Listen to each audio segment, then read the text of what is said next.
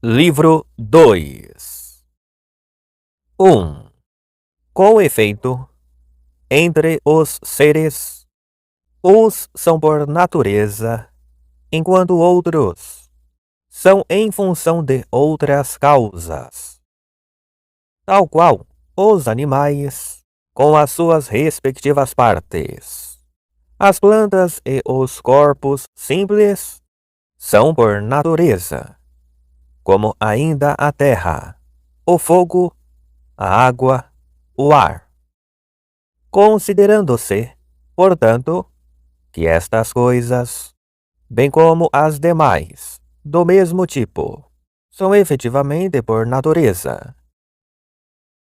Assim, todas aquelas coisas, acerca das quais temos falado, diferem claramente daquelas outras que não o são por natureza. Na verdade, cada ser natural contém um princípio de movimento e de fixação, sendo nuns segundo o lugar, enquanto por seu lado, noutros é em relação ao aumento ou à diminuição, ou ainda noutros, segundo a alteração, sendo devido a isso que o leito, o manto ou todo o objeto deste gênero, e na medida em que podem ser, assim, denominados por esse nome, isto é, enquanto produtos da arte, não possuem faceta natural alguma, com vista à mudança, apenas podendo sê-lo na medida em que justamente se devem a um acidente, a saber, de serem de pedra, ou de madeira, ou ainda de qualquer outro material, e unicamente por isso, sendo por conseguinte, a natureza um princípio e uma causa de movimento e de repouso em relação àquela coisa, na qual vem, logo, domiciliar-se, havendo tal de ser por essência, e nunca por acidente.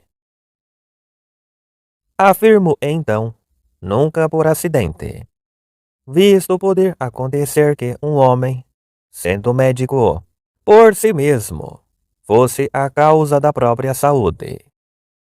E, todavia, não será enquanto tiver saúde, que ele possui a arte da medicina, mas antes, apenas poderá sê-lo, enquanto esse mesmo homem for médico por acidente, advindo alguém saudável por este modo. Com estas duas qualidades, a serem, por conseguinte, distintas uma da outra. Dado isto, o mesmo valerá, então, para todas as outras coisas produzidas.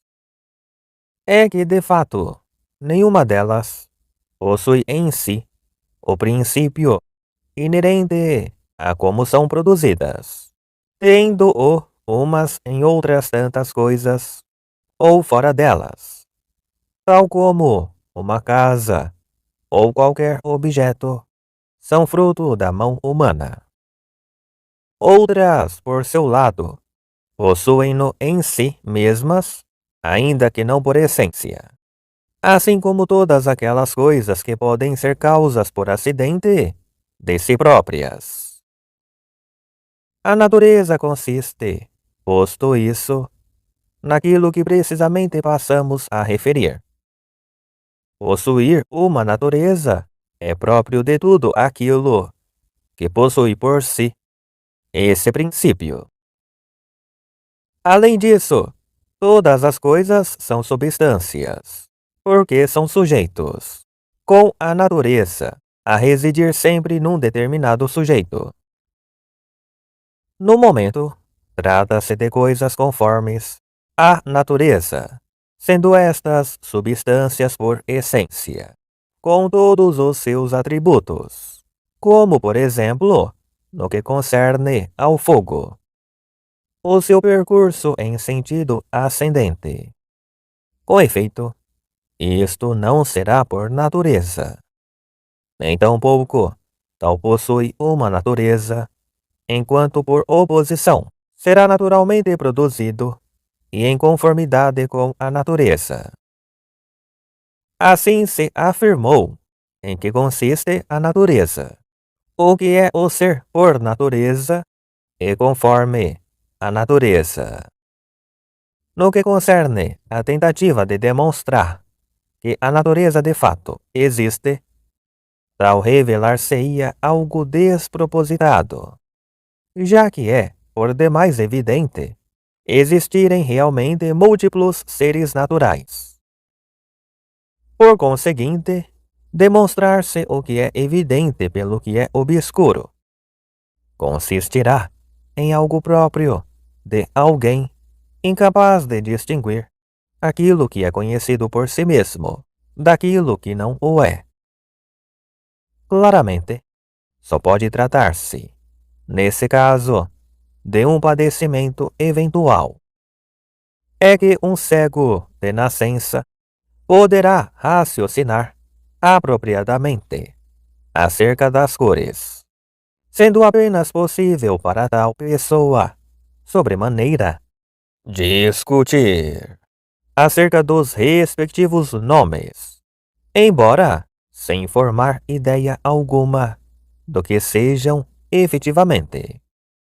Para alguns, a natureza e a própria substância das coisas parecem ser por natureza o sujeito imediato e por si mesmo desprovido de forma. Assim sendo, a natureza do leito seria a madeira, a da estátua o bronze.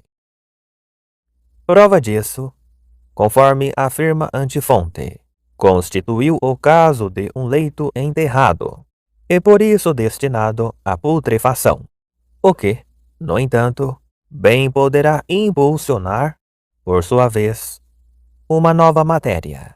Será a madeira, e não o leito, que se há de produzir. O que, aliás, demonstra haver a necessidade de se distinguir o aspecto convencional e artificial, o qual se encontra na dita coisa por acidente, da respectiva substância que é, e que em si mesma passará por tudo isso, ao subsistir de forma continuada. Caso estes sujeitos se encontrem, em relação aos demais, numa mesma correlação de submissão, como o bronze ou o ouro se encontram por referência à água, ou o osso e a madeira em relação à terra, como se verifica com todas as outras situações. Então, se assim é, poder-se-á dizer serem tais sujeitos a substância e a natureza daqueles outros. Eis, portanto, a razão porque para uns é o fogo, enquanto a terra, para outros, ou o ar, segundo outros, ou ainda, conforme uns, a água, enquanto para outros tantos são alguns deles, ou para outros, tudo isso em conjunto, a constituir a natureza dos seres. Com efeito, a coisa, seja ela uma apenas ou várias, a que atribuem tal função, consiste na substância de tudo aquilo, seja ele apenas um ou vários. Enquanto, por outro lado, o restante corresponderia às tais ocorrências, como afeições, hábitos ou disposições. Além disso, cada um deles seria eterno, visto não se verificar mudança alguma que os obrigasse a sair de si mesmos, enquanto tudo o resto ficaria à mercê infinita da geração e da corrupção. Na verdade, numa certa acessão, disse matéria, o que constitui ser sujeito imediato de cada uma das coisas, que em si mesmas possuem um princípio de movimento e de mudança. Todavia, num outro sentido, tal implica o tipo e a forma, enquanto definíveis. Assim sendo, e do mesmo modo, denomina-se efetivamente arte aquilo que nas coisas está em conformidade com a arte e a técnica, tal como se denomina natureza aquilo que nelas se encontra em conformidade com a natureza e o natural. Além disso, nunca haveremos de poder afirmar acerca de determinada coisa artificial nada a ver ela de possuir, conforme a arte, caso apenas se trate do leito em potência, sem possuir ainda a forma de leito, ou que coisa alguma relativa à arte nela exista. O mesmo vale para qualquer coisa naturalmente engendrada. Com efeito, a carne ou o osso, em potência, ainda não possuem a sua própria natureza específica, não existindo ainda por natureza, já que não receberam a forma correspondente da carne ou do osso. Entendendo nós, além disso, por forma, aquela que enunciamos, para definir a essência da carne ou do osso. Por conseguinte, segundo este outro sentido, deverá, pois, a natureza ser, naquelas coisas que possuem em si mesmas um princípio de movimento, a forma e o tipo, não sendo separáveis, de maneira alguma, a não ser segundo a lógica. No que respeita àquilo que se compõe de ambas as coisas, seja matéria ou forma, tal não constituirá propriamente uma natureza, mas antes, um ser que é segundo a natureza, como o é o homem. Para mais, isso será algo de muito mais físico do que é matéria. É que nessa eventualidade, cada coisa é assim considerada mediante o ser, mas segundo o seja em ato, do que quando o é em potência. Por outro lado, nascer um homem de um homem, nunca isso há de acontecer com um leito, ao sê-lo a partir de um leito. Eis por conseguinte a razão por que afirmam aqueles que a figura do leito não consiste na natureza, mas em vez disso, na madeira, visto aqui as cegas, unicamente servir a produzir madeira, e nunca um leito. Contudo, como o leito é uma forma artificial, tal exemplo demonstra, no que toca à madeira, ser ainda a forma a corresponder à natureza. E, no entanto, um homem é gerado sempre a partir de um homem.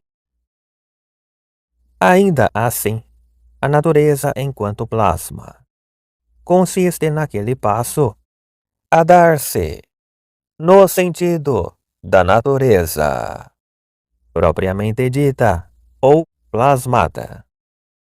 Por conseguinte, e sem dúvida alguma, o termo cura, de modo nenhum, significa a passagem para a arte de curar, mas antes, para a saúde, visto que a cura necessariamente provém da arte de curar, em vez de ser a arte de curar que a cura visa. E todavia, tal consiste num outro tipo de relação a existir entre as duas acessões de natureza. Com efeito, aquilo que é plasmado, enquanto está a ser plasmado, abrange um e outro termos. Para qual deles tal será produzido? De modo algum para o respectivo ponto de partida, mas antes, para onde se direciona. E isso constitui a forma, a saber, a natureza. Por outro lado, a natureza e a forma são enunciadas consoante dois sentidos. Com efeito, a privação implica, de alguma maneira, a forma. Assim, sobre saber-se se, porventura, existirá ou não a privação mediante a geração absoluta, a saber, a ser-lhe contrária. Sobre tal, investigaremos mais tarde. 2. Depois de se ter determinado em quantas acessões é entendida a natureza, será conveniente investigar acerca do que faz distinguir o matemático do físico.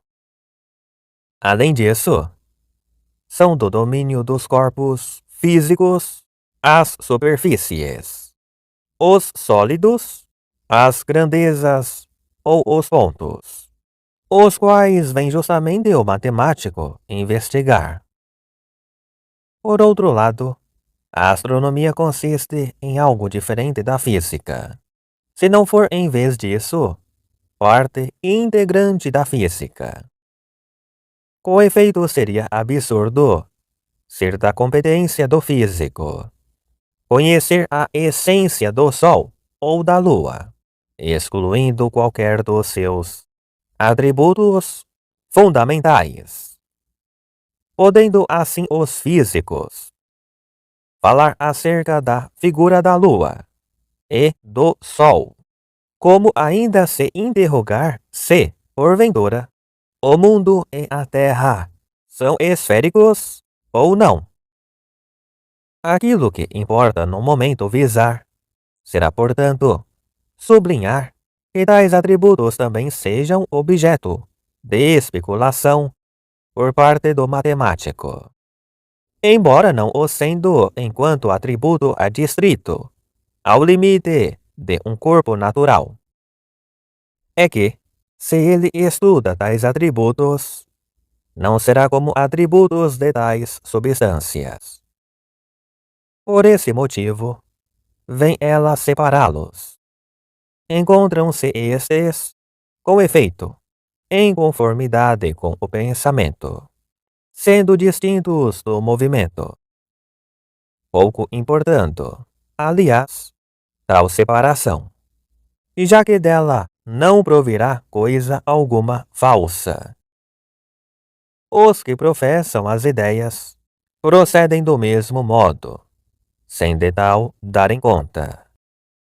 Com efeito, discriminam as coisas naturais, as quais são muito menos separáveis do que as matemáticas. Tudo isso se tornará evidente conforme se tente definir as coisas de cada uma destas duas ordens como sujeitos e acidentes. Na verdade, por um lado, o ímpar, o par, o reto, a curva, ou por outro, o número, a linha ou a figura existirão como tal sem movimento. Tal, no entanto, não se verificando com a carne, o osso, o homem, já que são definidos como o nariz chato e não como a curva. Tornar-se-á isto ainda mais claro Com efeito, com aquelas partes mais físicas das matemáticas, como a ótica, a harmonia, a astronomia, visto a sua relação com a física, ser o contrário da geometria. De fato, a geometria estuda a linha física, enquanto não concernindo a física como dado da ótica. Havendo esta, em vez disso, de versar a linha matemática, não enquanto entidade matemática, mas antes como física. Por conseguinte, como a natureza abrange duas acessões, a saber, a forma e a matéria, será necessário estudá-la, tal como se procedêssemos porventura, especulando acerca do caráter chato. Por esse motivo, de modo nenhum, podem tais coisas ser sem matéria, nem tampouco consideradas segundo a sua aparência material. Apesar disso, persiste na realidade uma dificuldade nesse domínio, a saber, no que toca à circunstância de ser dupla a natureza, vindo uma delas a ser investigada pelo físico, ou em seu lugar, será o respectivo composto das duas, o estudado. Todavia, caso seja o composto das duas, será ela então uma ou outra. Assim, conhecer uma ou outra será do domínio de um mesmo conhecimento? Portanto, neste caso, para quem levar em consideração a opinião dos antigos, será a matéria. Com efeito, só Empédocles e Demócrito abordaram, e muito pouco, a forma e a quantidade. Mas, se a arte, de certo modo, imita a natureza, será do domínio da ciência conhecer a forma e a matéria. Como, aliás, a saúde o é do médico, da mesma maneira que do arquiteto são a forma da casa e a respectiva matéria, como as telhas e a madeira. O mesmo valendo para todas as outras artes técnicas. E assim sendo, deverá competir a física, conhecer essas duas naturezas. De outro modo, será ainda a mesma ciência a descortinar a causa final e o fim, bem como tudo o que concernir ao fim. Com efeito, a própria natureza é o fim, e também a causa final, já que, de fato, existe sempre um fim para o movimento contínuo, sendo ele o fim deste movimento, quer enquanto seu termo extremo, quer enquanto sua causa final. Eis, pois, a razão por que o poeta deixa, ao rir-se, escapar. Espera ele o fim, para o qual nasceu.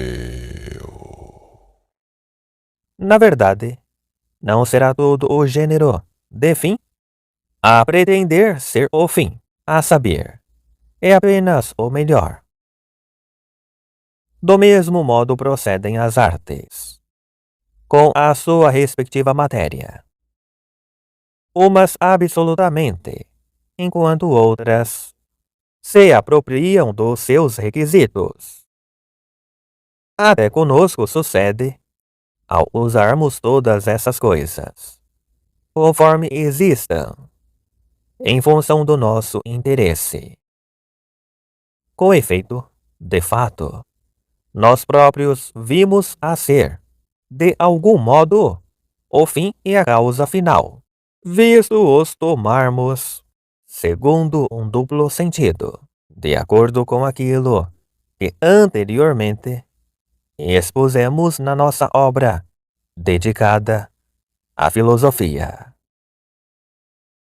Existem efetivamente dois tipos de arte, que são condicionadas pela matéria e implicam o conhecimento. Umas, as artes, que recorrem às coisas em si mesmas, enquanto outras, entre elas as artes poéticas, são as arquitetônicas. Por conseguinte, aquela arte que se socorre das coisas é, em certo sentido, arquitetônica, com a diferença de visarem as artes arquitetônicas o conhecimento da forma, na medida em que é uma forma poética da matéria. É que será, com efeito, o piloto a conhecer e logo a prescrever qual deverá ser a forma do leme, ao passo que o artífice determinará qual a madeira destinada ao leme, bem como os respectivos calibres. Resumindo, em todas aquelas coisas que são fabricadas pelas nossas artes, criamos a matéria segundo a obra, enquanto nas coisas naturais ela já pré-existe. Além disso, é a matéria um dado relativo, pois ele é, umas vezes, forma e outras, matéria. Neste momento em que medita, deverá então o físico intuir a forma e a quantidade? Certamente, tal qual o faz o médico, ao conhecer o nervo, ou o ferreiro, ao proceder com o bronze. Apenas até um determinado limite. Assim, cada uma dessas coisas será visada em função da outra, sendo, portanto, do domínio daquelas, que são separáveis quanto à forma, embora não o sejam, enquanto matéria. De fato, aquilo que um homem gera é um homem, e não o sol.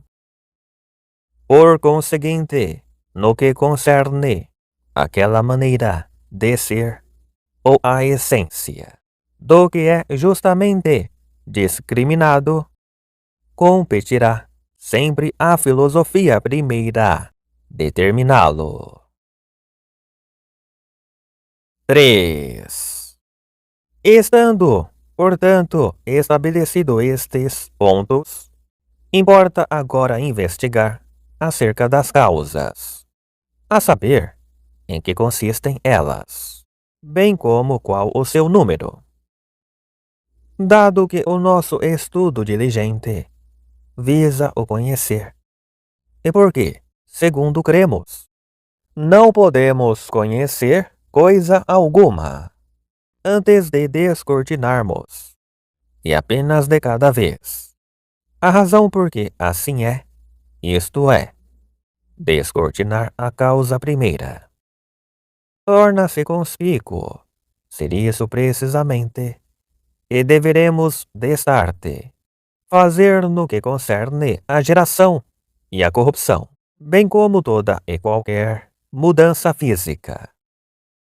Isto a fim de, ao conhecer os princípios das coisas, podermos, aí, deter-nos ante cada uma das nossas respectivas investigações.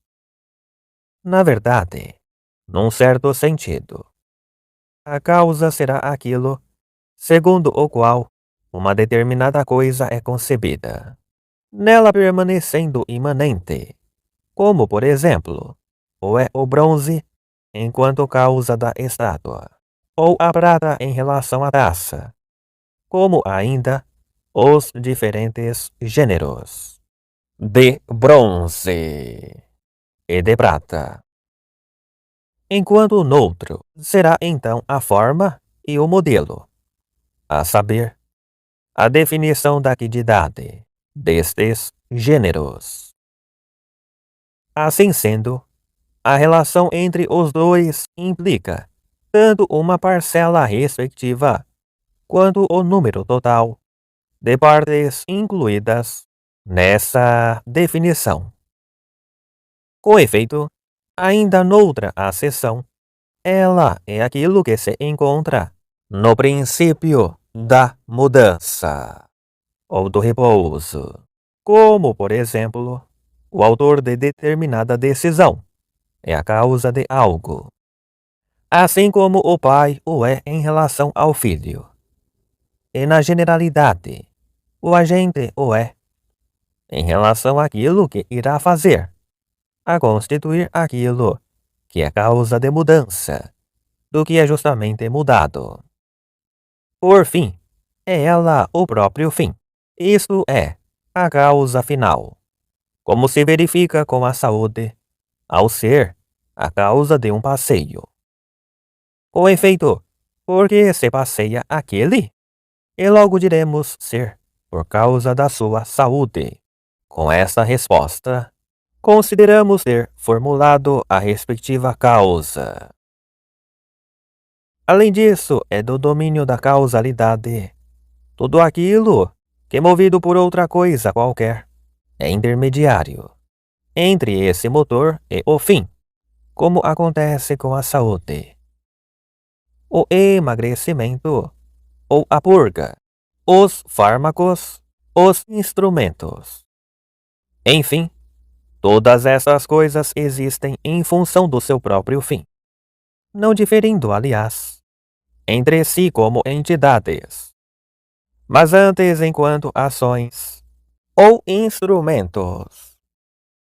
Eis por conseguinte os sentidos, segundo os quais devem ser entendidas as causas, embora perante esta pluralidade de acessões possa suceder uma mesma coisa, ter uma multiplicidade de causas, e isto de modo algum por acidente, já que, por exemplo, no que concerne à estátua, temos o estatuário e o bronze, não implicando isso nenhuma outra relação, mediante apenas o sendo enquanto estátua, ainda que aqui já não segundo o mesmo sentido. Com efeito, enquanto uma aponta para a matéria, a outra visa aquilo donde provém o movimento. Assim existem coisas que são causas umas das outras, como no caso da fadiga, ante o correspondente bom estado corporal, ou no deste, com a respectiva fadiga. Não o sendo, contudo, no mesmo sentido, visto o ser, enquanto fim, ao passo que o outro, por seu turno, o é enquanto princípio de movimento. Eis, portanto, como pode a mesma coisa ser, mediante os respectivos contrários. É que aquilo que é, devido à sua presença, causa de determinado efeito, encaramo-lo algumas vezes por referência à sua devida ausência, enquanto causa do efeito contrário. Aqui a ser a causa e o seu respectivo efeito. Do mesmo modo que a ausência do piloto constitui a causa de naufrágio, enquanto, ao invés, a sua presença implicaria a causa de salvamento. Seja como for, todas as causas que acabamos de referir refletem claramente 4 situações.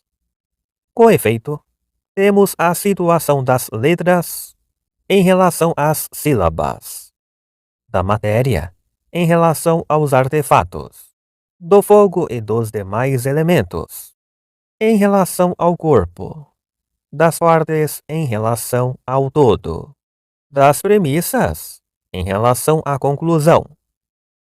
Todas elas são efetivamente causas de como são produzidas as coisas. Daí encontrar-se um dos termos subjacente enquanto sujeito, como por exemplo, as partes, ao passo que o outro, por sua vez, constitui a sua quididade, como o todo, o composto ou a forma. Por outro lado, a semente, o médico, aquele que delibera, o agente de maneira geral. Tudo isso é causa de tudo o que daí de manar, enquanto início de mudança, de posição ou de movimento. Além disso, poderá sê-lo, quer como fim, quer enquanto bem das coisas. É que a causa final, ao pretender ser a mais excelente de todas, é também o próprio fim dessas coisas. Nisto pouco importando, todavia, considerar-se ser o bem, aquele que é o bem em si mesmo, ou aquele que se mostra apenas como tal. São estas, portanto, as causas, no que toca ao que são em função do seu respectivo tipo, sendo, no entanto, múltiplas quanto ao número, conquanto possam ser compendiadas, segundo as suas principais modalidades. Com efeito, diz-se serem elas causas, em diversos sentidos. Por exemplo, entre aquelas causas da mesma espécie, uma será anterior, enquanto outra será, por sua vez, posterior. Tal qual sucede com a saúde, com o médico ou com o artista, ou ainda, no que respeita à parte, em relação ao todo, ao dobro ou ao número, assim como a tudo aquilo a concernir ao que cada um é. Além disso, umas são por si próprias, e outras por acidente, bem como os seus respectivos tipos. Quanto à estátua, por exemplo, Policleto será uma causa, ao passo que como estatuário equivalerá a outra, já que é por acidente, que o estatuário é Policleto. Existindo ainda outras tais relativas ao acidente, como acontece com a eventualidade de se dizer que o homem é a causa da estátua, ou então um animal de maneira geral. Com efeito, entre os demais acidentes, uns são mais remotos e outros mais próximos, como se verifica, por exemplo, ao afirmar-se que o branco e o músico são a causa da estátua. Na verdade, todas as causas propriamente ditas ou acidentais são entendidas justamente enquanto sendo em potência ou em ato, como sucede com a construção de uma casa, em que o construtor e o construtor efetivo coincidem. O mesmo sucede com todas as coisas, cujas causas são efetivamente causas, elas mesmas, ao serem, a título de exemplo, causa desta estátua, ou da estátua, ou de maneira geral, da imagem, deste bronze, ou do bronze, ou da matéria, numa acessão comum, o mesmo se verificando com os demais acidentes. Ora mais, tanto as coisas quanto as causas podem ser entendidas em conformidade com as respectivas acessões, em separado, ou mediante se combinarem umas com outras, como acontece ao dizer-se que não é o estatuário ou Policleto, mas antes, que é o estatuário Policleto, que é a causa da estátua. Não obstante, Todas estas acessões se resumem, no entanto, ao número de 6, cada uma enunciando um duplo sentido, enquanto particular ou gênero, enquanto em si mesma, por acidente, ou pelo contrário, enquanto gênero de acidentes, ou enquanto combinada ou simples, cada uma podendo ser em ato ou em potência. A diferença, por sua vez, consiste em terem as ditas causas em ato e as ditas particulares, simultaneamente existência e não existência. Quanto àquilo de que são causas, como sucede, por exemplo, com este médico ao curar, ou com este doente curado, com este arquiteto construtor e esta casa construída. Tal não valendo, todavia, para as causas segundo a potência, já que o arquiteto e a casa não são destruídos ao mesmo tempo. Com efeito, seja em que situação for, urgirá, em cada caso, procurar a causa mais importante. Tal como sucede em qualquer outro domínio, ser necessário buscar a perfeição, tal qual se verifica com o homem, que constrói, porque é construtor, sendo construtor devido à arte de construir. Isto no sentido de uma dita primeira causa. Tudo isto sucede, aliás, em todas as circunstâncias. Por fim, os gêneros são as causas dos gêneros quanto ao efeito, como as coisas particulares ou são das coisas particulares. Assim, o estatuário é a causa de uma estátua e aquele outro daquela outra. Além disso, as potências são, com efeito, causas das coisas possíveis, enquanto, por seu lado, as coisas em ato ou são das coisas atualizadas. Quanto ao número das causas e as diferentes acessões, porque são causas, bastam, assim, as definições por nós, providenciadas. 4. Por outro lado, também se diz serem tanto a fortuna quanto o acaso causas, assim como o serão muitas coisas, a serem concebidas pela ação da fortuna e do acaso. Desse modo, em que sentido fazem parte a fortuna e o acaso das causas acima investigadas? Se a fortuna e o acaso são idênticos ou diferentes. Como ainda, de maneira geral, qual a essência da fortuna e do acaso? Eis, pois, o que será agora examinado.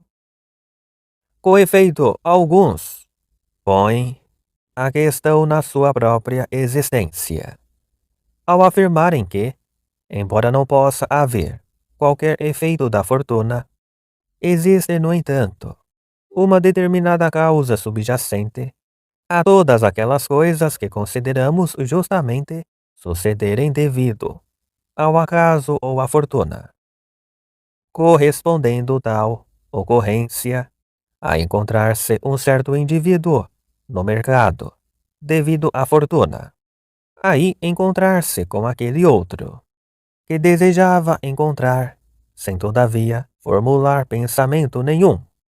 Tem como causa o fato de ter aquele desejado ir ao mercado para negociar. O mesmo vale para outros acontecimentos atribuídos à fortuna, sendo, portanto, possível descortinar uma parte dessa causa, que, nesse caso, não será a fortuna em si mesma, podendo, por conseguinte, afirmar-se que se a fortuna existisse realmente, então afigurar-se-ia algo insólito e inexplicável. Não haver sábio algum entre os antigos, entre aqueles que se questionaram sobre as causas relativas à geração e à corrupção, de ter consequentemente observado coisa alguma a definir a fortuna. Embora pareça que eles tenham, apesar disso, também equacionado não existir coisa alguma com origem na fortuna. Mas eis algo surpreendente.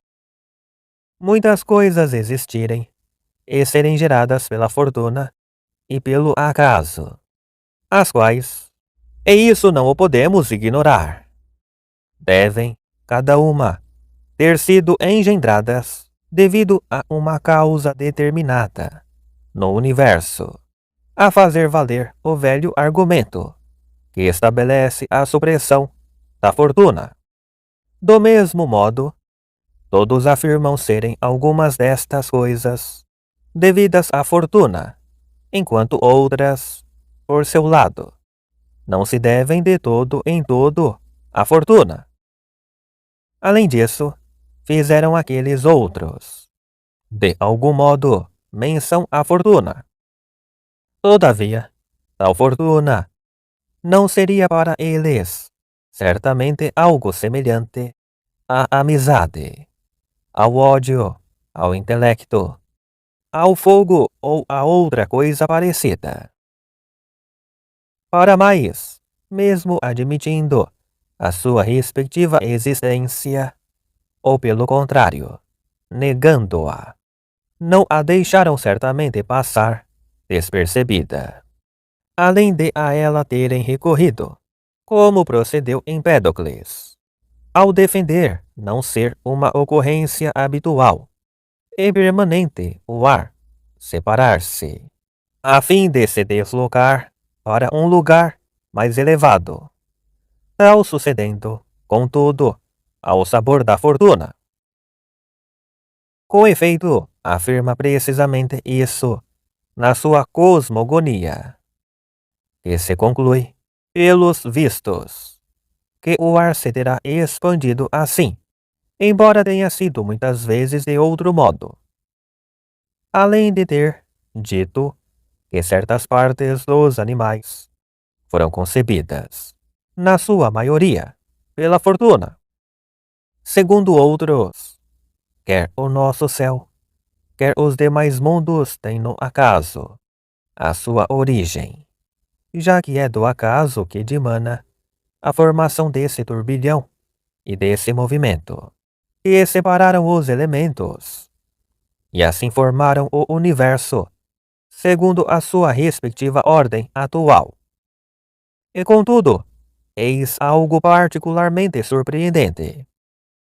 Por um lado, conforme dizem, nem os animais, nem sequer as plantas, jamais terão sido gerados pela fortuna, sendo a causa de tal geração a natureza, o intelecto ou então qualquer outra coisa semelhante.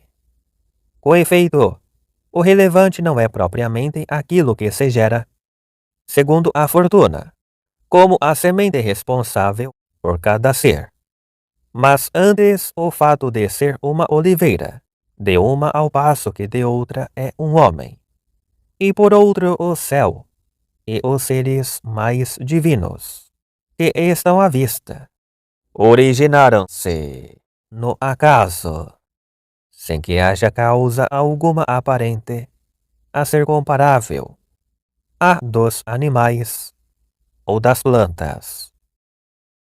Ainda assim, caso o não fosse, mereceria que se insistisse nesse ponto, sendo aliás oportuno falar sobre isso.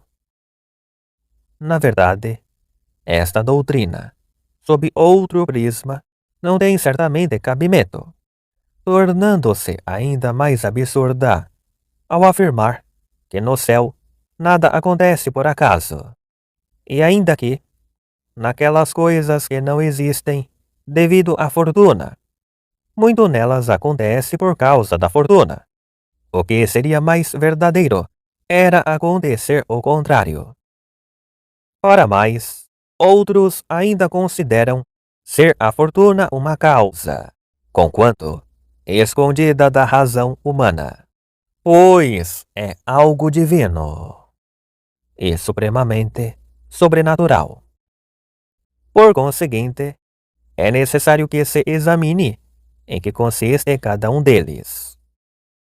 O acaso e a fortuna, se são porventura idênticos ou diferentes, e em que medida se inserem nas causas assim justamente definidas. 5. Antes de mais, reconhecemos desde logo que isso tudo se processa da mesma maneira, a saber, que algumas coisas geram sempre os fatos do mesmo modo, enquanto outras, por seu turno, o fazem na sua maioria. Sendo para mais evidente não se poder afirmar que a fortuna possa ser a causa, tanto de uns quanto de outros. Bem como, além disso, os respectivos efeitos da fortuna não se encontrarem entre aqueles fatos necessários e constantes que se verificam na maioria dos casos. Todavia, porque também existem coisas que se geram para além daquilo que se costuma assim gerar, sendo por isso que todos os denominam efeitos da fortuna. Torna-se evidente que quer a fortuna, quer o acaso existem, já que estamos cientes de serem tais coisas efeitos da fortuna, assim como que esses mesmos efeitos da fortuna consistem nessas mesmas coisas. Assim, entre aquilo que é gerado, umas coisas são geradas com vista a algo determinado, enquanto outras não. Ainda entre as primeiras, umas devem-se à escolha, enquanto outras não.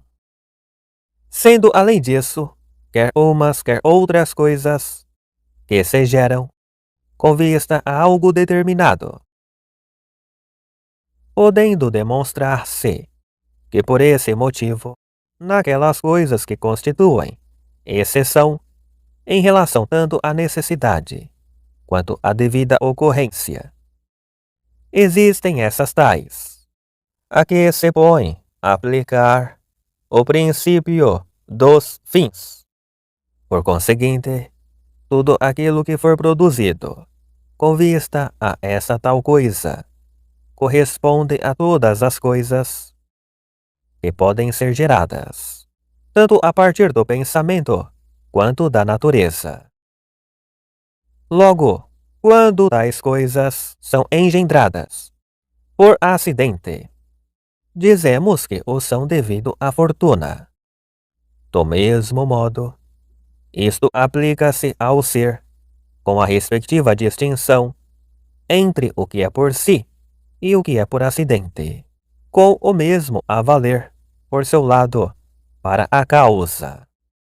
Com efeito, por exemplo, a arte de construir é por si própria a causa da casa, assim como o branco e o homem instruído são disso causas por acidente.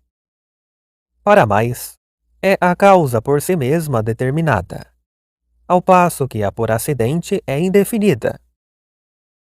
O número de acidentes possíveis de determinada coisa é infinito. Como, aliás, já se disse, sempre que esse caráter de acidente está presente naquelas coisas que são geradas com vista a determinado fim, poder-se-á então falar acerca de efeitos da fortuna ou do acaso. Posteriormente, estabeleceremos a diferença entre estas duas circunstâncias. Por agora, que resulte evidente o seguinte, que em ambas existe forçosamente uma determinada razão de ser, tal qual haveria um indivíduo encarregado de fazer a coleta de dinheiro numa agremiação, de o fazer de lugar em lugar, caso soubesse poder aí receber a dita quantia, ainda que não fosse com o propósito de cobrar dinheiro que por aí passasse, havendo, no entanto, de receber de alguém uma tal quantia. Com efeito, aquele terá ido não por esse motivo, mas antes sucedeu-lhe por acidente que, ao ir a esse lugar, obteve aquela quantia em dinheiro. Isto acontecendo não devido a frequentar aquele lugar, necessariamente, ou frequentemente, sem que houvesse aqui de ter como fim a cobrança da dita contribuição, a saber, entre as causas inerentes, mas em vez disso, enquanto resultado de uma escolha ou de uma deliberação. Neste sentido se diz, portanto, ter ele ido por um desígnio da fortuna. Contudo, caso ele tenha ido devido a uma escolha, e forçosamente por isso, ou porque frequentava esse lugar assiduamente, ou porque aí tinha recuperado o seu dinheiro muitas vezes, tal todavia não será devido à fortuna. Vê-se por conseguinte consistir a fortuna numa causa por acidente, patente naquelas coisas que, apesar de se deverem a um fim determinado, provém sobretudo da respectiva escolha. Por isso o pensamento e a fortuna visam o mesmo, já que a escolha não existe sem deliberação. Resumindo, é necessário serem indeterminadas as causas, das quais provém os efeitos da fortuna. Se assim é, aparenta a fortuna ser então do domínio daquilo que é indefinido e insondável para o homem, podendo mesmo aceitar-se a opinião de não haver realmente fatos originados na fortuna. Todas estas asserções são efetivamente consideradas corretas por serem justificadas. Num certo sentido, existem coisas que têm origem na fortuna, visto gerarem-se nos acidentes, constituindo a fortuna causa enquanto acidente, ainda que como causa absoluta não seja causa de coisa nenhuma, como sucede com a causa da casa, ao ser o construtor a causa ou o flautista, por acidente, ou ainda com aquele outro, que ao ter ido a certo lugar, sem a intenção de cobrar, o tivesse feito. Enfim, são elas em número infinito. Além de que seria pertinente haver alguém justamente nisso empenhado, a saber, na sua procura, ou por outro lado, em o evitar. Ademais, será correto dizer-se que a fortuna consiste em algo de contrário à razão, visto ser a razão do âmbito das coisas, que são sempre assim, ou que o são na maior parte do tempo, ao passo que a fortuna é daquelas outras que se geraram nessas tais ocorrências. Dado que são as causas de tais coisas indefinidas, a fortuna é-o também. Em certas situações, porém, poder-se-ia mesmo supor quais as causas a poderem engendrar a fortuna, como, por exemplo, no caso de haver a causa da saúde, de ser a corrente do ar, ou o aquecimento, e não o fato de se cortar o cabelo. Com efeito, umas encontram-se mais próximas do que outras, entre as demais causas por acidente. Por outro lado, fala-se da boa fortuna, sempre que um determinado bem acontece, ou de má fortuna, quando ele é um mal. Do mesmo modo, de feliz fortuna, ou de fortuna infeliz, consoante se considere esse bem ou esse mal. Logo, ao estar-se na iminência de por pouco se passar por um grande mal ou por um grande bem, continua a dizer-se fortuna feliz, ou então infortúnio. É que o pensamento encara-os como existindo de fato, não passando esse por pouco de uma diferença mínima. Ora mais, a fortuna feliz, segundo consta, consiste em algo de pouco preciso, e com toda a razão, visto a fortuna não ser segura, porque nenhum efeito da fortuna jamais poderá acontecer sempre ou com grande frequência. Em suma, conforme dissemos acima, a fortuna e o acaso são ambos causas por acidente, no que toca àquelas coisas passíveis de não poderem gerar-se absolutamente ou continuadamente, embora tendendo a ser produzidas com vista a um determinado fim. 6. No entanto, diferem estes na medida em que o acaso possui uma maior extensão, sendo todavia do foro do acaso quaisquer efeito da fortuna. E, no entanto, qualquer efeito do acaso não o será da fortuna. Com efeito, existe a fortuna, e por outro, o efeito da fortuna, no que concerne a tudo aquilo que pode ser justamente atribuído à fortuna feliz, ou então à atividade prática de uma maneira geral.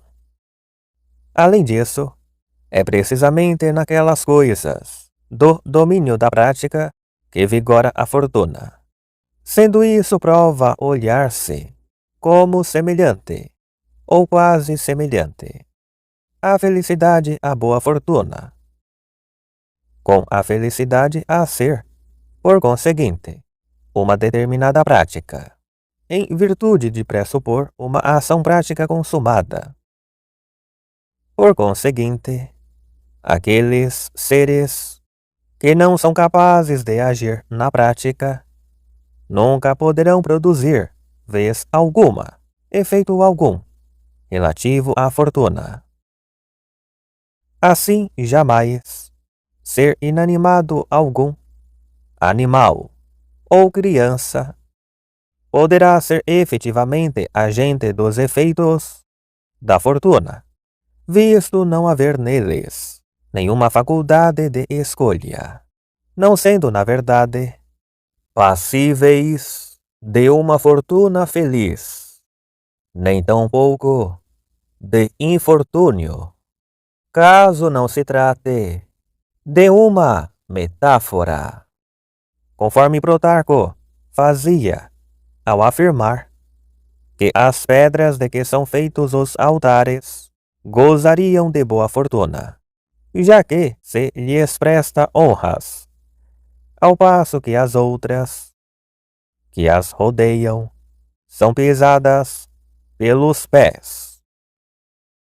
Não obstante, as próprias coisas podem, de certa maneira, sofrer o efeito causado pela fortuna, sempre que aquele que exerce sobre elas uma atividade prática age segundo um efeito da fortuna, não sendo tal possível de diferente modo. No que respeita ao acaso, é ele tanto do domínio dos seres animais, como também do de muitos seres inanimados. Por isso, disse, quando aparece um cavalo por acaso, que tal surgimento será, para alguém, a salvação, sem que, no entanto, houvesse forçosamente de constituir, com a sua vinda, a salvação. Para mais, a queda de uma trípode será também um acaso, na condição de, após esta queda, ela constituir assento, sem que contudo tenha ela jamais caído, para servir de assento. Neste sentido, torna-se claro quanto àquelas coisas que sucedem, de maneira absoluta, com vista a um determinado fim. Aquele momento em que se geram coisas, sem visar um resultado determinado, e sem terem a sua respectiva causa final fora de si. Então, nesse caso, poderemos falar acerca de efeitos devido ao acaso, ou produto da fortuna.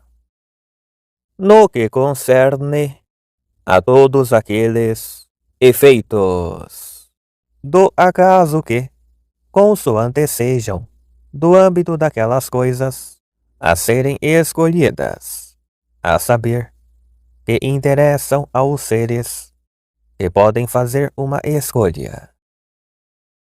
Disso mesmo constitui um indício a ocorrência de algo ser em vão, no caso de se alegar que uma determinada causa A ou é em função de um fim B, mas não o será de fato, quanto ao fim realmente alcançado.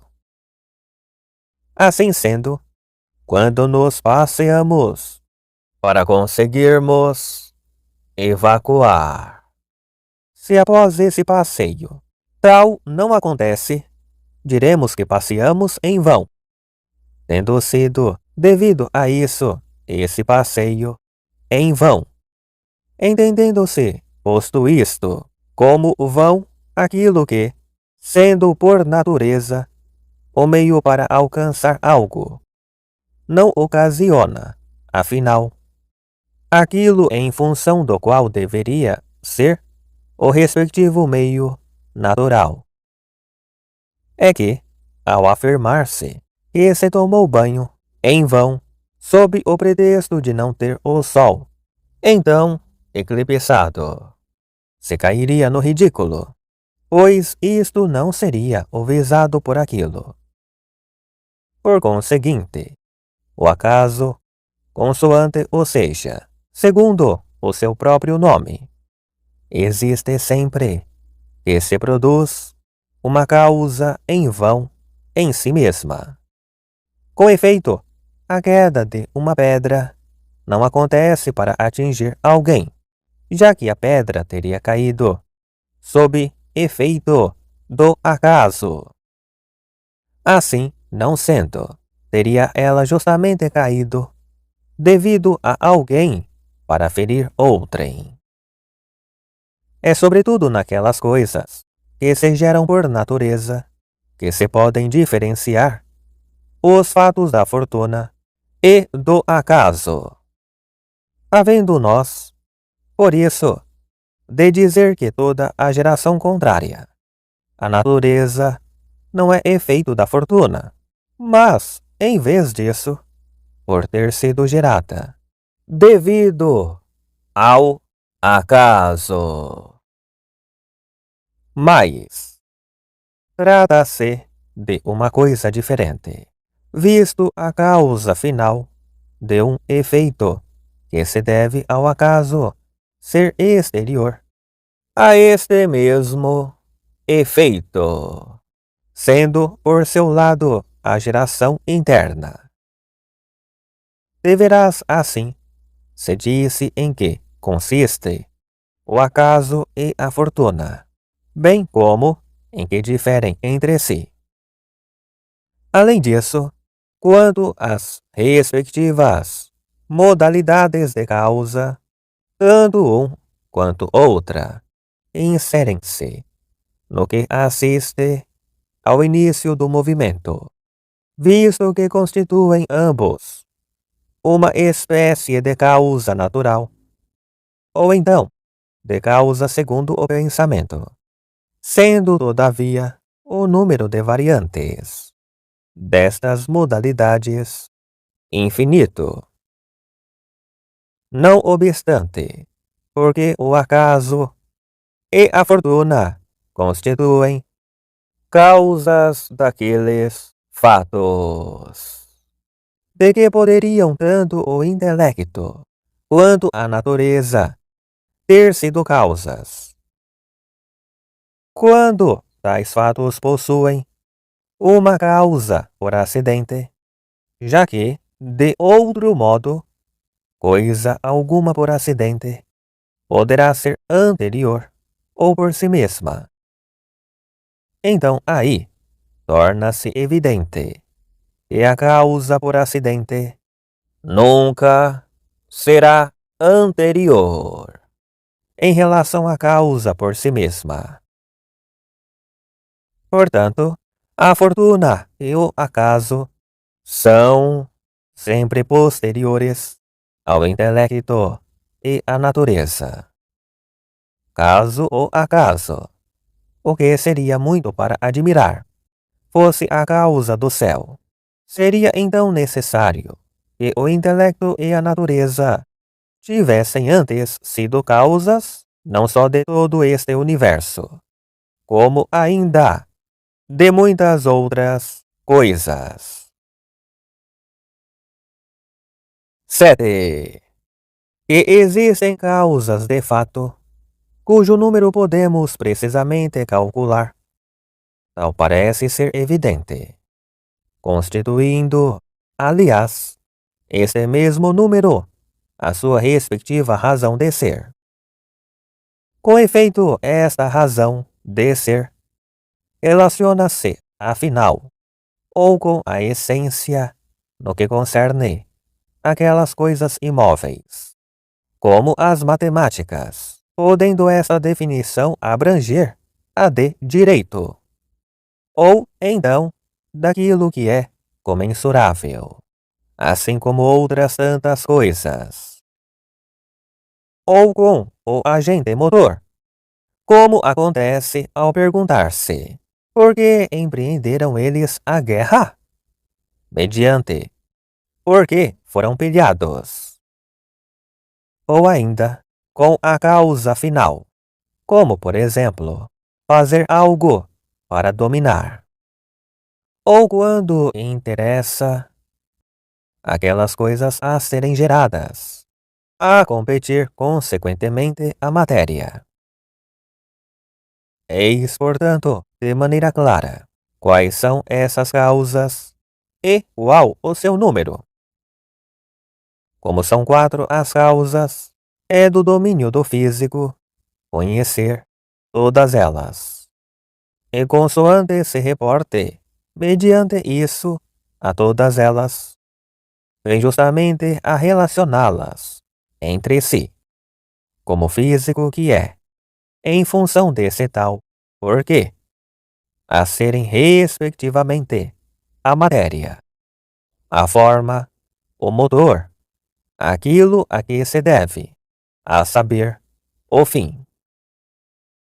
Na verdade, 3 delas podem reduzir-se a uma apenas em muitas ocorrências, já que a essência e a causa final constituem uma só e única, visto que a origem imediata do movimento é especificamente idêntica às outras, porque, enfim, é o homem a gerar o homem. Além disso, de maneira geral, tal vale também para todos os motores a serem movidos. Com aqueles que o não são, a de modo algum poderem integrar o domínio da física, na condição de o moverem-se, não possuírem movimento em si mesmos, ou princípio de movimento, mas antes serem imóveis em si mesmos. Por conseguinte, temos 3 linhas de investigação. Uma, no que concerne às coisas inamovíveis. Outra, para as coisas móveis e incorruptíveis. E ainda outra para as coisas corruptíveis. Assim sendo, o físico indicou a sua justificação ao relacionar tal com a matéria, com a essência, a indicar esse porquê, ou com o primeiro motor.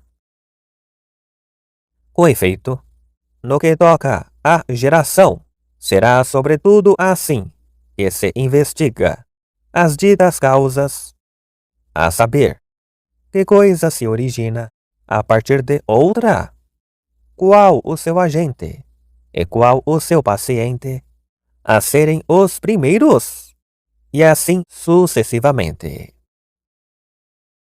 Todavia, os princípios que sustêm o movimento em conformidade com a natureza são duplos, sendo um deles não natural, visto nele não existir princípio de movimento algum.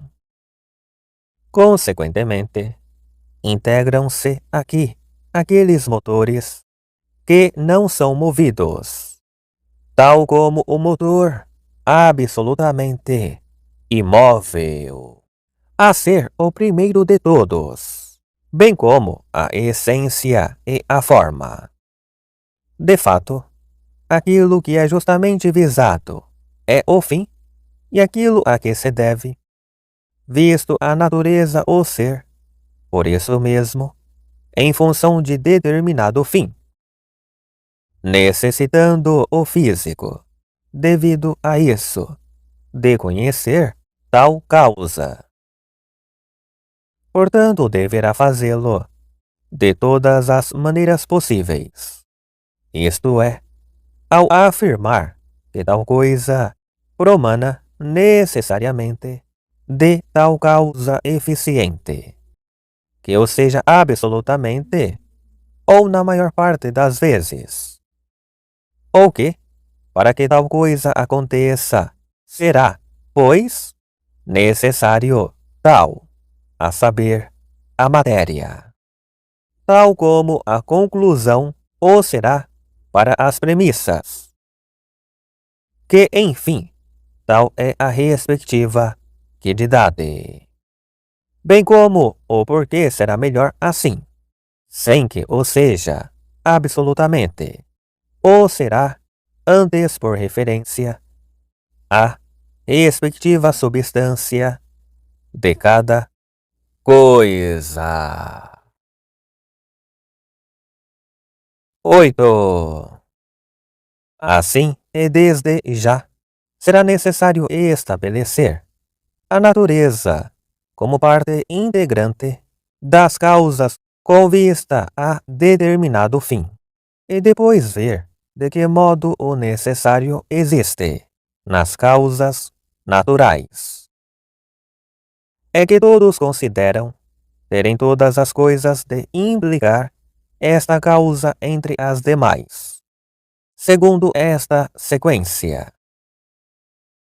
Tal como, por exemplo, o quente o é por natureza, do mesmo modo que o frio, e assim com cada coisa. Sendo e havendo tais coisas, de se gerar por necessidade. E caso aleguem eles uma outra causa, hão de a abandonar assim que a abordarem, a semelhança daquele ao falar de amizade e do ódio, ou daquele outro acerca do intelecto. Não obstante, subsiste uma dificuldade, a saber, aquilo que justamente obsta a que a natureza possa agir, não com vista a um fim, não porque seja este o melhor, mas antes a maneira de Zeus, que faz chover, não para aumentar a colheita, mas devido à necessidade, Com efeito, ao evaporar-se, passou então a condensar-se, e, condensada, torna-se por sua vez água ao precipitar assim. Sendo, por outro lado, o dito aumento da posterior colheita mero acidente. Por conseguinte, do mesmo modo, caso a colheita se perca devido a uma inundação, não será propriamente com vista a este fim de a fazer perder que choveu, já que é mero acidente. Assim, nada haverá, porventura, que impeça que tal suceda com as partes dos seres da natureza, como, por exemplo, o fato de ser, por necessidade, que os dentes pespontarão, uns, os incisivos, para trinchar e rasgar, enquanto os outros, os molares maiores, e por isso, aptos para esmagar. Com efeito, não foram eles engendrados para isso, sendo pelo contrário, por acidente, que terão satisfeito esse propósito. O mesmo vale para todas as outras partes, nas quais parece estar subjacente uma certa determinação. Entenda-se aqui, porém, tratar-se daqueles seres nos quais tudo foi gerado em função de um certo desígnio neles resguardado, sendo nesse sentido que oportunamente foram formados, e quanto aos outros, ou pereceram ou perecem, como sustenta Empédocles. Qual raça de bois perante a prole dos homens? Eis, portanto, quais são os argumentos aventados, entre outros tantos, que podem efetivamente enfermar de tal dificuldade, ainda que seja impossível vir isso a constituir o pressuposto devido. Na verdade, estas coisas, como todas as coisas naturais de maneira geral, são geradas tal qual são sempre ou frequentemente, se bem que, quanto aos fatos da fortuna ou do acaso, nunca sejam. Realmente, não será devido à fortuna ou a um acontecimento fortuito que a opinião comum repara que chove no inverno frequentemente, embora devesse fazê-lo no verão, ou mesmo com os calores no verão, ainda que devessem acontecer no inverno.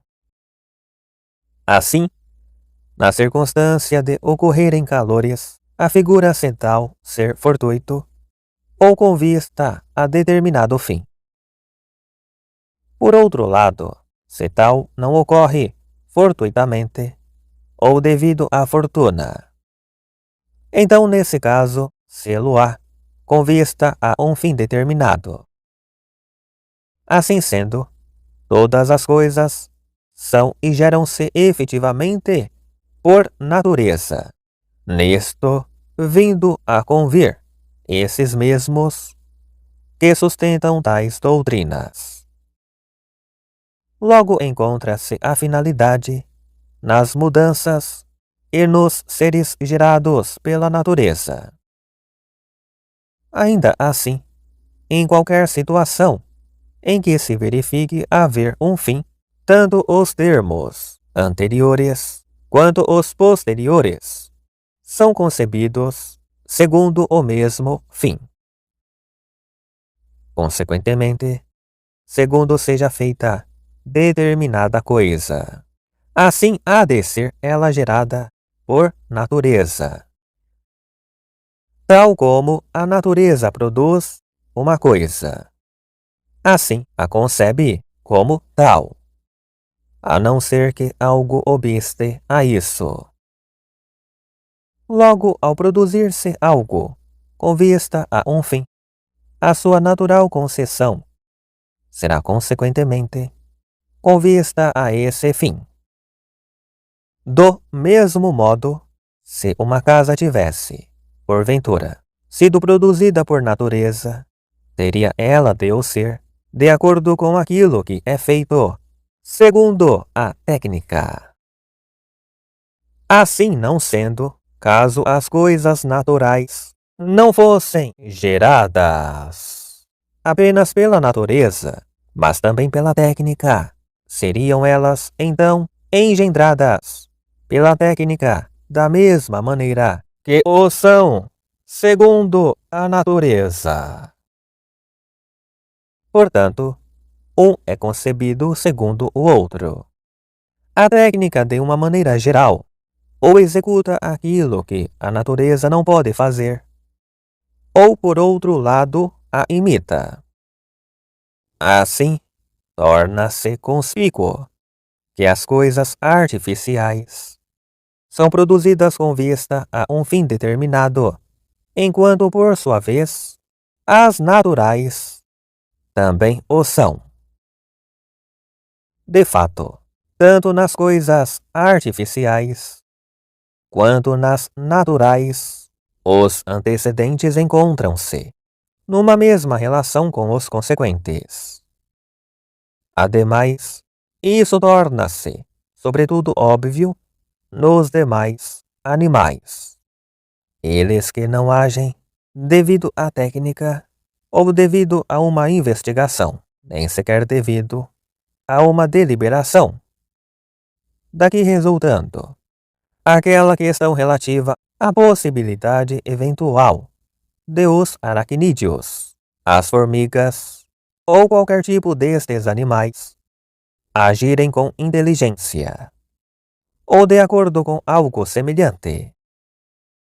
Enveredando um pouco neste sentido, observa-se que, nas próprias plantas, se produzem algumas coisas úteis, mediante um certo fim, como, por exemplo, as folhas, que o são para proteger o fruto, mas na hipótese de tal consistir num impulso natural, com vista a um determinado fim, a saber, a razão por que a andorinha faz o seu ninho, ou a aranha a sua teia, ou produzirem as plantas as folhas por causa dos frutos, ou nortearem as suas raízes para baixo e não para cima, com vista ao respectivo alimento.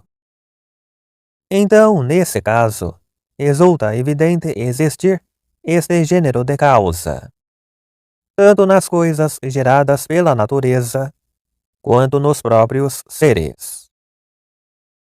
Além disso, consistindo a natureza em duas coisas, isto é, por um lado, na matéria, e por outro, na forma, sendo, por sua vez, esta o fim, enquanto tudo o demais é com vista a este fim.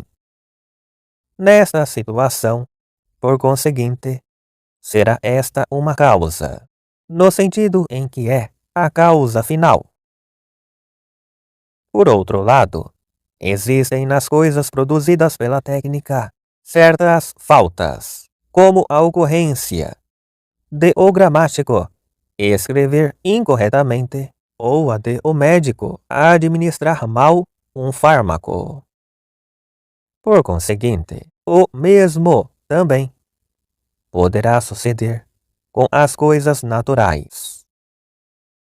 Daqui, se porventura existem certas coisas artificiais em que aquilo que está correto se encontra em conformidade com um fim determinado, cujas partes em falta teriam sido concebidas com vista a esse fim, e que, no entanto, faltam, então o mesmo se aplicará às coisas naturais, incluindo as coisas monstruosas, que constituirão, nesse caso, erros, segundo a finalidade. Assim sendo, no que toca às formações primordiais, caso a raça bovina não tenha conseguido alcançar um termo determinado, nem tampouco atingir um certo fim, tal se deverá a ela ter sido concebida segundo um princípio corrompido, que corresponde precisamente ao que é, no momento, a semente. De outro modo, seria necessário a semente ter sido engendrada antes, e nunca imediatamente o animal. Com efeito, o embrião inicial era justamente a semente. Além disso, observa-se essa mesma finalidade nas plantas, embora menos pronunciada. Então, será que, como sucede com a raça bovina, ante a dos homens, o mesmo acontece com as plantas, sobrepondo-se a casta da videira e da oliveira? Tal seria absurdo, se houvesse de se verificar. Se tal ocorresse, também com os animais. Assim seria premente que aquelas coisas que se geram a partir das sementes o fossem ao sabor da fortuna. Tal tese, com efeito, suprime de maneira geral a natureza e o que ela produz. É que, na verdade, naturais são todas aquelas coisas que, movidas de modo contínuo e devido a um princípio interno, atingem um determinado fim, derivando de cada um destes princípios um termo final, que difere segundo cada coisa, e não sucede em conformidade com a fortuna, sendo, aliás, sempre constante em cada uma, a menos que algo o impeça. A causa final consiste, então, tanto naquilo que existe, mediante o visado por ela mesma, quanto nos ditos efeitos da fortuna.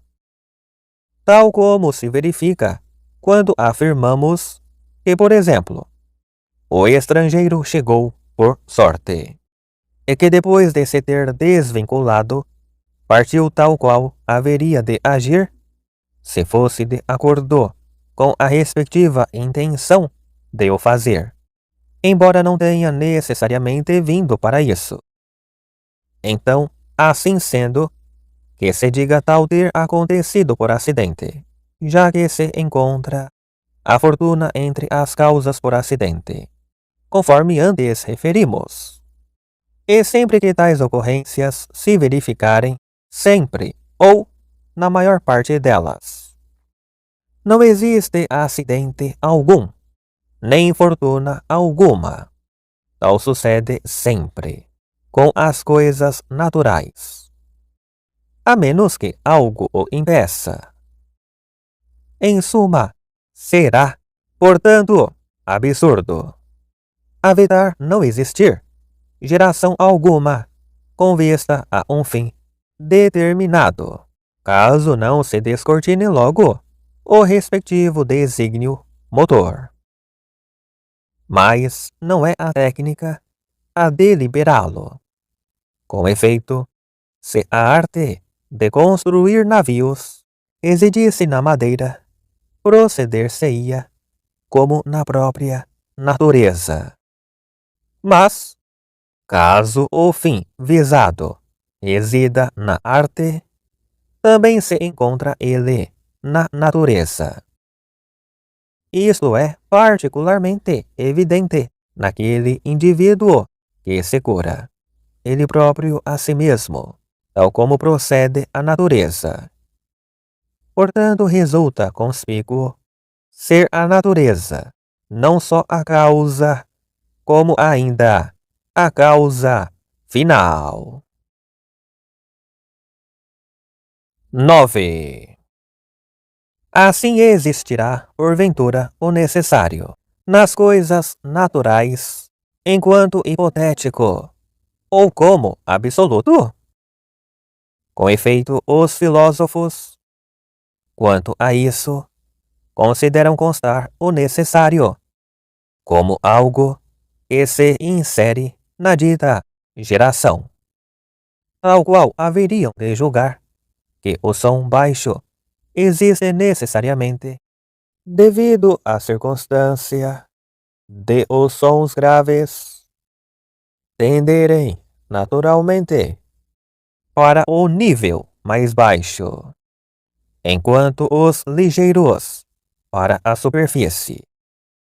Por isso, do mesmo modo, as pedras e os fundamentos encontram-se embaixo, a terra por cima, que é mais leve, a madeira à superfície, visto ser efetivamente a mais leve. Contudo, a verdade é que, sem isso, a produção de uma casa nunca poderia acontecer, embora não houvesse de ser produzida devido a isso propriamente, mas antes, acaso não for enquanto matéria, a fim de cobrir e conservar. O mesmo se observa com todas as coisas, nas quais há uma finalidade, não podendo tais coisas ser produzidas no caso de serem desprovidas de uma determinada natureza, que consiste em algo necessário, nem sendo todavia por causa delas, a não ser que o seja enquanto matéria, com vista a determinado fim. Logo, por que razão será assim a terra, tal qual é? É por causa disto, e com vista a isto. Todavia, este mesmo fim não se pode produzir, caso a serra não seja de ferro. E se assim é, que seja ela necessariamente de ferro, caso se pretenda haver realmente uma serra e o seu respectivo trabalho. Daqui ressalta ser o necessário hipotético, embora não o seja como fim, já que é na matéria que está o necessário, assim como a causa final reside na sua respectiva noção. Além disso, o necessário será praticamente o mesmo, tanto nas matemáticas quanto nas coisas físicas, tal como de acordo com o reto. Enquanto tal, é necessário que o triângulo possua os seus ângulos, a equivalerem a 2 retos. E todavia a verdade daqui consequente não implica a da hipótese, embora, no caso de o não ser de todo, o reto deixe de existir. Com efeito, naquilo que se gera, com vista a determinado fim, a ordem é inversa. É que nesse caso, se é verdade que o fim é ou será, então é verdade que o antecedente também será ou é. Se não o for, como na situação precedente, não valendo como conclusão, o princípio nunca existirá, aqui sucedendo o mesmo, isto é, tanto o fim quanto aquilo que é visado não poderão acontecer, caso o antecedente não se verifique. O fim é princípio, não da realização, mas do raciocínio, sendo-o, noutras circunstâncias, apenas do raciocínio, não havendo, portanto, realização. Por conseguinte, sendo verdade que existe uma casa, é necessário que tais condições se realizem, a saber, que o sejam enquanto disponíveis ou presentes, isto é, enquanto matéria, de uma maneira geral, como as telhas e as pedras o são na ocorrência de se tratar de uma casa e com vista a determinado fim.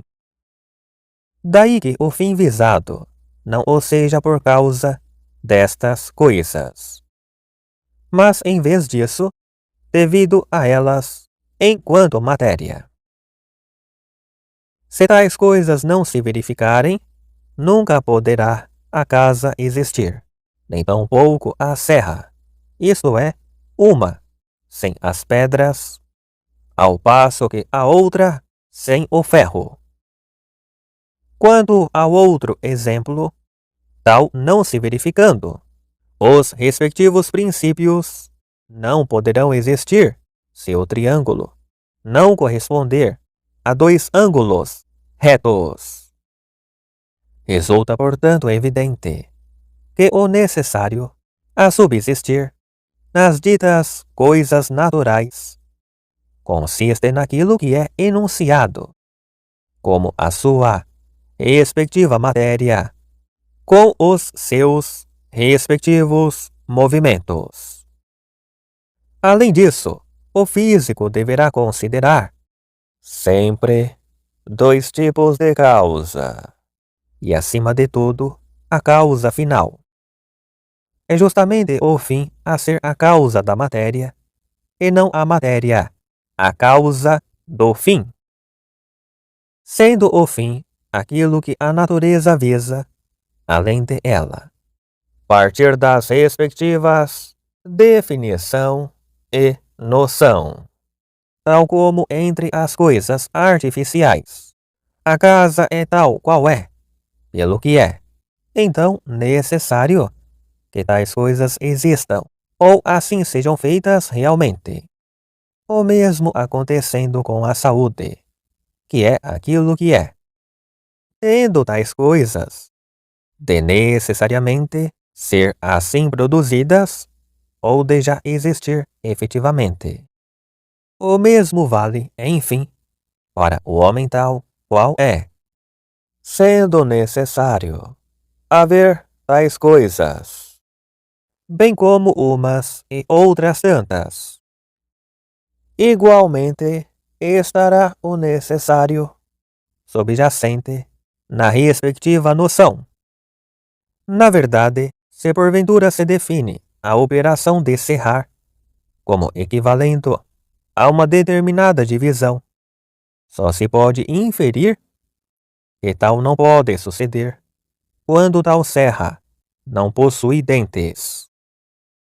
Pela mesma razão, estes nunca poderiam ocorrer caso a serra não fosse de ferro.